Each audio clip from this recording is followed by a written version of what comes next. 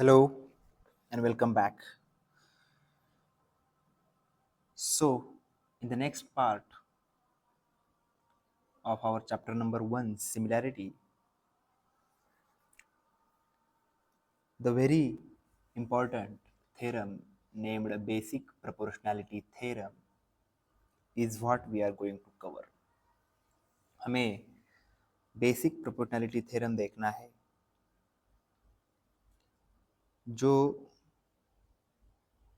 हमने पार्ट 1 में जो सीखा ratio of areas of two triangle उस पे ही आधारित है। तो अगर आपने वो वीडियो नहीं देखा है तो आप पहले वो वीडियो जाके देख सकते हैं, क्योंकि उसमें जिस बारे में हमने बात की है वो ही अपन इधर यूज करने वाले हैं in a different way of course. So let's start. What is basic proportionality theorem? So the statement is, if a line is drawn parallel to one side of a triangle, here we can see is line PQ is drawn parallel to side BC of triangle ABC. In this case, the theorem says it divides those sides in the same proportion. Means the proportion we get here on the side AB, which is AP upon PB,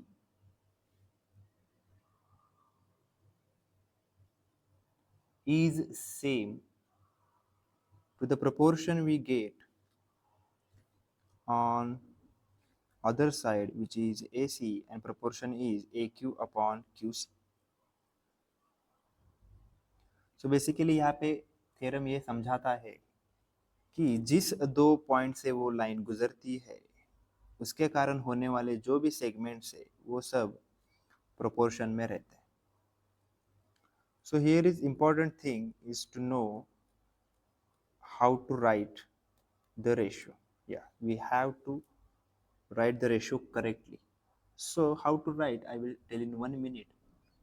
So basically जिस line को वो parallel है, जिस side को वो parallel है, BCA triangle की जो साइड है उसको जो पैरेलल हमने PQ ड्रॉ की, तो सो BC छोड़ के जो वर्टेक्स बाकी है A, सो उस A वर्टेक्स से अगर अपन लिखना चालू करें तो पहला सेगमेंट मिलता है लेफ्ट साइड में, अगर जाए तो मिलेगा AP segment. So write first AP।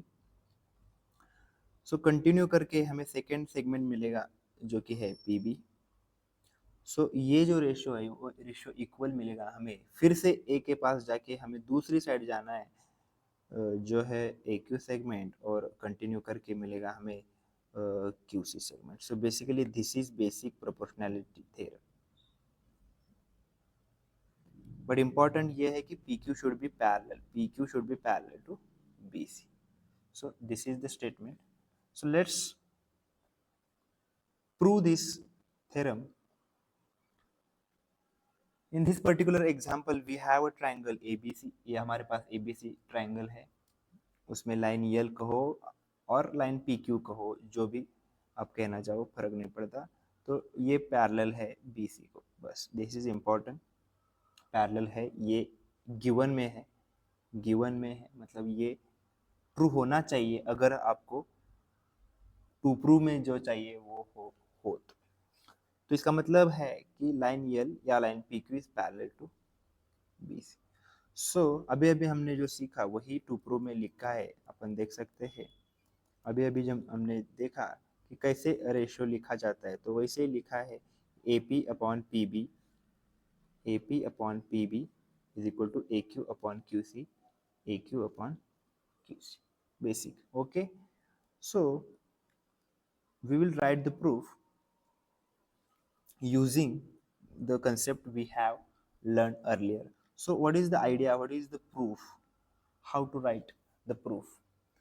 So first thing first, we have to make three parts of this proof. For in the first part, पहले पार्ट में हम देखेंगे कि दो जो ट्रायंगल्स यहाँ पे है, हम ट्रायंगल्स वेरी वाइजली चूज कर रहे हैं। तो यहाँ पे फर्स्ट जो हम ट्रायंगल्स चूज कर रहे हैं, ratio of areas of two triangles के लिए, किसके लिए?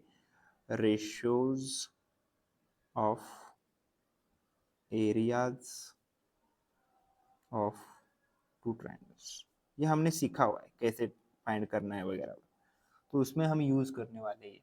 तो कौन से दो ट्रायंगल में यूज करने वाले ये हमें देखना है। तो फर्स्ट हमें देखना देखो, फर्स्ट ट्रायंगल लेना है ए पी क्यू, जो कि ये है, और सेकेंड ट्रायंगल लेना है, एंड ट्रायंगल सेकेंड ट्रायंगल नीचे वाला जो ये है, देखो P B Q, P B Q.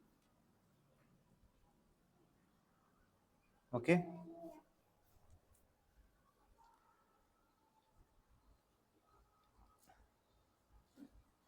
So these two triangles अगर हम वहां से निकाल के बाहर रख दे तो कैसे हो जाता है? देखो, ये पहले वाला जो भी ऐसे होगा, एक मिनट, पहले वाला जो भी है ऐसे, ये है एपीक्यू, राइट, और दूसरे वाला जो है पीबीक्यू, वो कुछ ऐसे दिखेगा, राइट। तो इन दो ट्रायंगल्स में हम देखेंगे थोड़ा सा ये, ओके।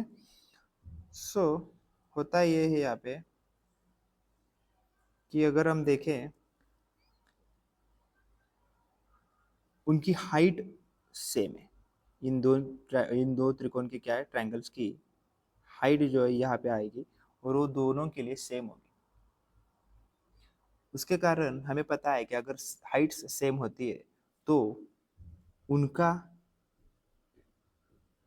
एरिया का प्रोपोर्शन अगर हम लेंगे A P Q divided by area of triangle P B Q, तो हमें मिलेगा उनके करस्पॉन्डिंग बेसिस से। यस, करस्पॉन्डिंग बेसिस से हमने पहले वीडियो में देखा है। तो कौन से है उनके बेसिस? तो पहले ट्रायंगल का बेस तो ये है, जो कि इधर हम देख सकते हैं एपी, और सेकेंड ट्रायंगल का बेस जो है वो है पीबी।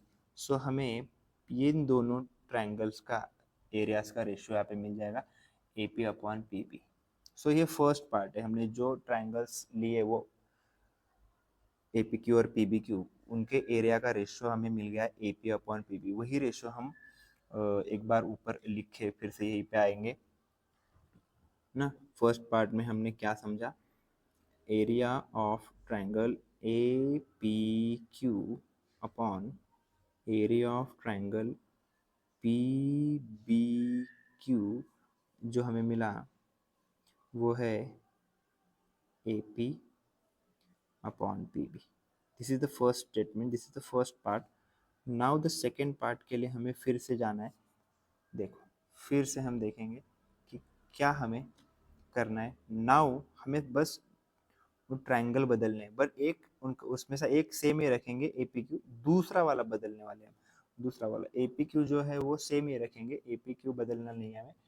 दूसरा जो है वो लेना है पी क्यू सी, ये वाला लेना है पी क्यू सी, राइट। कौन से दो लेने हैं आपको समझ में आ गए? तो इधर मैं लिखता हूँ ट्रायंगल पी क्यू सी। सो इन दोनों ट्रायंगल में भी सेम थिंग हैपन होती है, सेम थिंग। अगर आप देखें, ये एक है और दूसरा जो है वो ऐसे करके आएगा, राइट, राइट। और उधर भी हम देख सकते हैं कि हाइट उन दोनों का सेम आने वाला है, हाइट उन दोनों का सेम आने वाला है। तो इस केस में भी हमें पता चल रहा है कि अगर हम ratio of areas of triangle A P Q और रेशियो ऑफ एरिया और triangle area of triangle P Q से ले, उनका भी रेशियो जो आएगा वो करस्पॉन्डिंग बेस के ऊपर आ जाएगा, राइट। तो ए पी क्यू का बेस अब इस बार ये आ जाएगा, समझा? इस बार ये बेस इधर का आ जाएगा क्योंकि हाइट उधर पी से आने वाली थी। है ना। हाइट तो ये है यहाँ पे, तो बेस इधर का ए क्यू है और नीचे का जो आएगा वो आएगा क्यू सी। तो ये दो दो पार्ट हो गए, ये दूसरा पार्ट था अपना, और दूसरा पार्ट भी अपन ने कंप्लीट कर लिया है। तो यहाँ पे मैं लिख देता हूँ कि हमने कौन से ट्राइंगल्स ले लिए। ट्राइंगल एपीक्यू तो था ही, एपीक्यू को हमने चेंज नहीं किया। दूसरा जो ट्राइंगल है वो केयरफुली हमने ले लिया है पी क्यू सी, और उसका रेशियो आ गया है ए क्यू अपॉन क्यू सी, जो हम इक्वेशन नंबर 2 में लिख देते हैं। समझ में आ रहा है? ये हो गया दूसरा part. Now third part, again we have to choose two triangles. इस बार हम कौन से ट्राइंगल्स चूज कर रहे हैं आप देखो, ये पूरा मैं हटा देता हूँ। इस बार हम ट्राइंगल कौन सा चूज कर रहे हैं आप देखो, इस बार हम चूज कर रहे हैं वो दो जो हमने नीचे ले लिए, ये दो, या ये दो जो ट्राइंगल्स है, ये दो ट्राइंगल्स हम अब चूज कर रहे हैं। तो इधर अगर आपने पूरी ध्यान से देखा है तो आपको समझ में आएगा ये दो ट्राइंगल में क्या हो रहा है। देखो इसमें और इसमें, ये दो ट्राइंगल में होता ऐसा है कि हमें मिलता है बेस और हाइट दोनों सेम मिलते हैं। यस, दोनों सेम मिलते हैं, क्योंकि अगर आप देखो तो ये जो पी क्यू साइड है वो क्या है, पैरेलल। पी क्यू क्या है, पैरेलल है, right. P Q B C को पैरेलल। सो ये डिस्टेंस बिटवीन पैरेलल लाइंस जो आएगा, डिस्टेंस बिटवीन पैरेलल लाइंस जो आएगा वो सेम आएगा। मतलब इनका जो हाइट आएगा ना एक्चुअली ऐसा आ जाएगा, इधर हमें ये हाइट मिल सकता है और इधर इसका हाइट मिल जाएगा, जो कि सेम होगा, क्योंकि ये डिस्टेंस तो पैरेलल लाइंस के बिटवीन का है ना, पैरेलल लाइंस की। तो ये डिस्टेंस जो हाइट है, हाइट तो इधर सेम आएगा। और बेस का अगर पूछे तो बेस तो पी क्यू है, वो दोनों में भी सेम है, कॉमन साइड है, राइट, कॉमन है, दोनों में भी क्या है, कॉमन है। तो इन दो ट्राइंगल्स में क्या हुआ वो मैं लिख रहा हूँ। थर्ड पार्ट जो हमने, in triangle P Q B and triangle P Q C, P Q जो है वो तो कॉमन बेस है, उसमें कोई प्रॉब्लम नहीं है, कॉमन बेस है। बट वो ट्रिकी पार्ट जो है वो क्या है, हाइट है। हाइट इज ऑल्सो सेम, समझ में आ रहा है, heights are also equal. Equal क्यों आ रहा है आपको समझ में आ रहा है, क्योंकि अगर पी क्यू बेस हम ले रहे हैं तो इस ट्राइंगल की जो हाइट आएगी वो आएगी बी से, ऐसे करके आएगी बाहर, क्योंकि ऑप्टिव्स है वो, बी से अगर हाइट ड्रॉ करना है तो वो बाहर आ जाती है। और इधर भी सी से आएगी, और ये दोनों अगर अलग दिख रहे हैं बट वो एक ही है, क्योंकि वो डिस्टेंस बिटवीन पैरेलल लाइन से हमें पता है कि पी क्यू यानी बी सी क्या है, पैरेलल है। सो इधर पॉइंट ये है कि ये दोनों ट्राइंगल्स का अगर एरिया का रेशियो हम लेते हैं, हाँ, इन दोनों ट्राइंगल का एरिया का अगर अपन रेशियो लेते हैं, मतलब area of triangle P Q B upon area of triangle P Q सी, तो वो आ जाएगा 1, क्योंकि वो तो आ जाएगा सेम, कि बेस भी सेम है, हाइट भी सेम है। इसका मतलब दोनों ट्राइंगल्स के एरियाज क्या है, सेम है। ये इंपॉर्टेंट थिंग, इसका ब्रेक थ्रू है हमें जो मिला, कि दोनों ट्राइंगल्स का एरिया जो है वो सेम होता है। ये ट्राइंगल का साइन, दोनों ट्राइंगल का एरिया जो है वो सेम होता है। तो उसका क्या फायदा होता है वो हम देखेंगे, अगर हमें ऊपर जाके वो तीसरा पॉइंट भी लिख देते हैं यहाँ पे। तीसरा पॉइंट क्या है, एरिया ऑफ, हमें ये मिल गया कि पी क्यू बी का एरिया तो area of triangle P Q C के बराबर आया है। Yes, so there is the third part, we have done it. अब क्या हो गया देखो, अब यहाँ पे लॉजिक हमें सोचना है। लॉजिक क्या है, तो अगर हम इक्वेशन नंबर 1 और इक्वेशन नंबर 2 देखें, इक्वेशन नंबर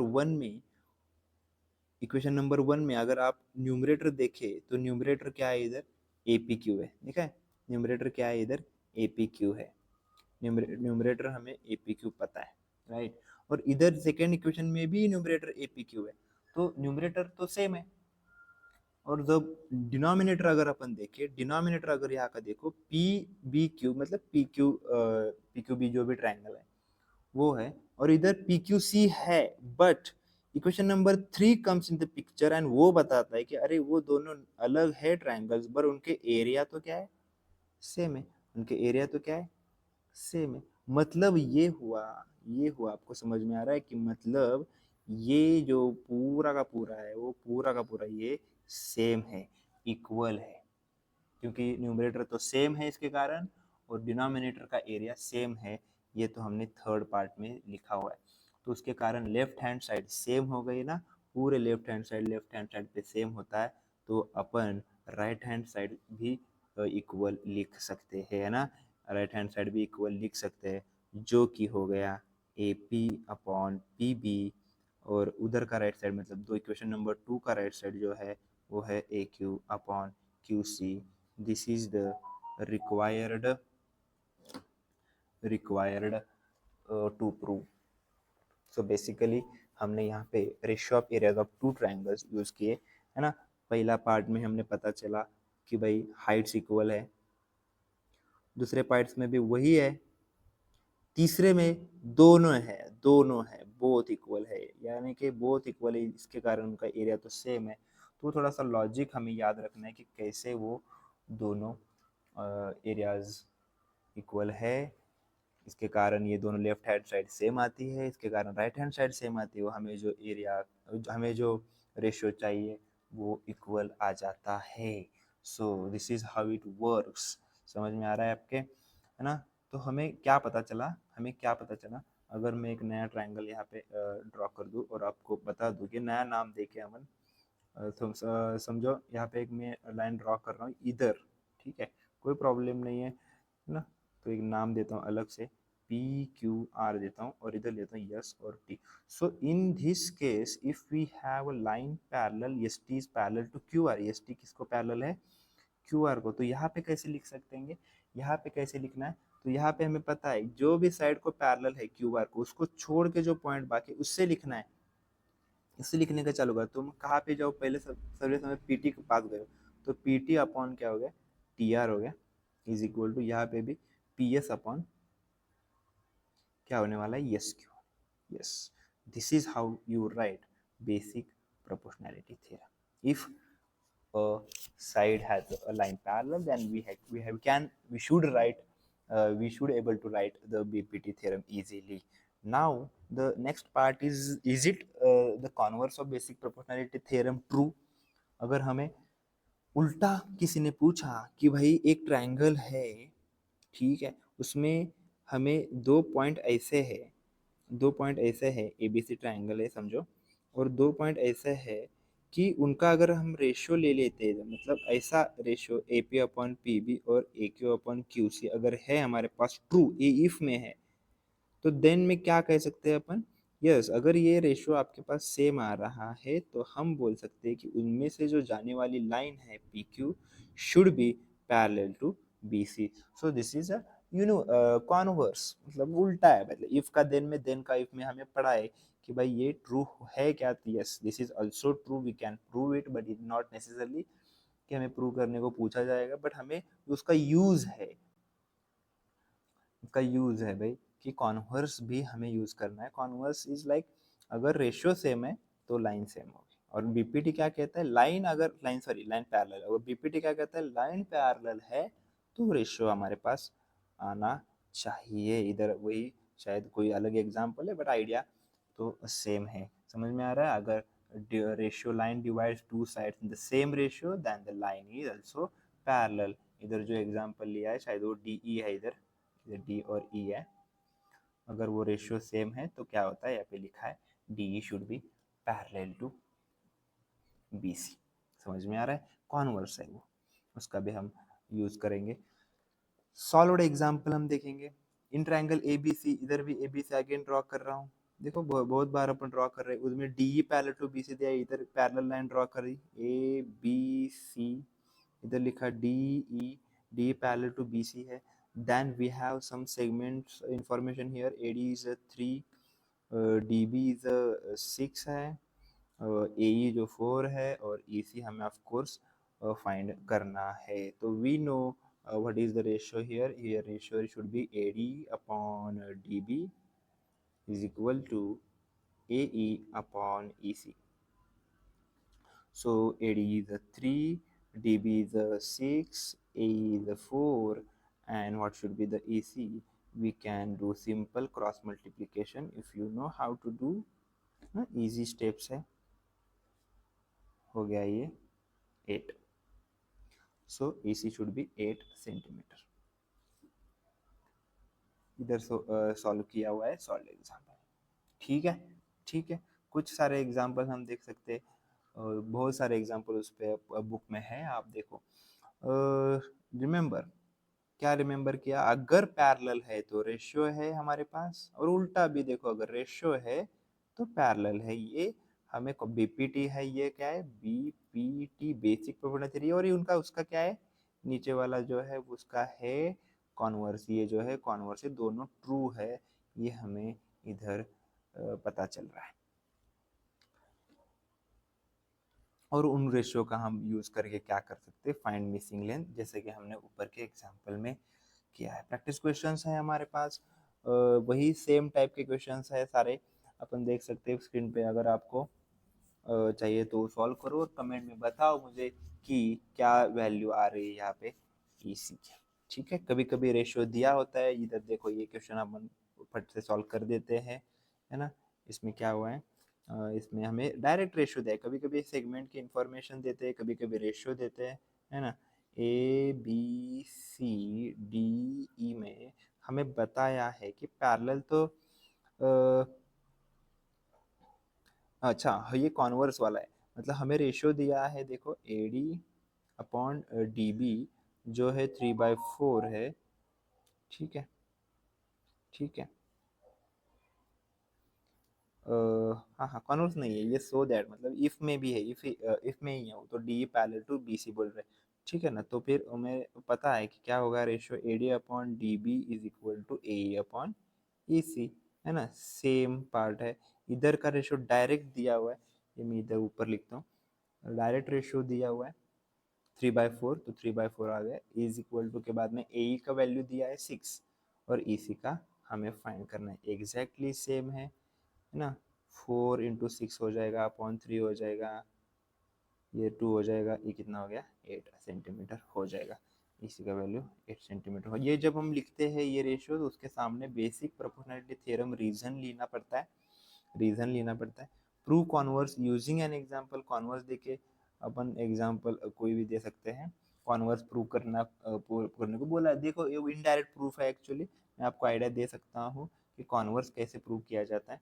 कॉन्वर्स ऐसे प्रूव किया जाता है कि अगर इनडायरेक्ट प्रूफ होता है, अगर ये लाइन हमने जो बोली वो पैरेलल नहीं है, तो दूसरी कोई तो हम निकालेंगे जो पैरेलल है.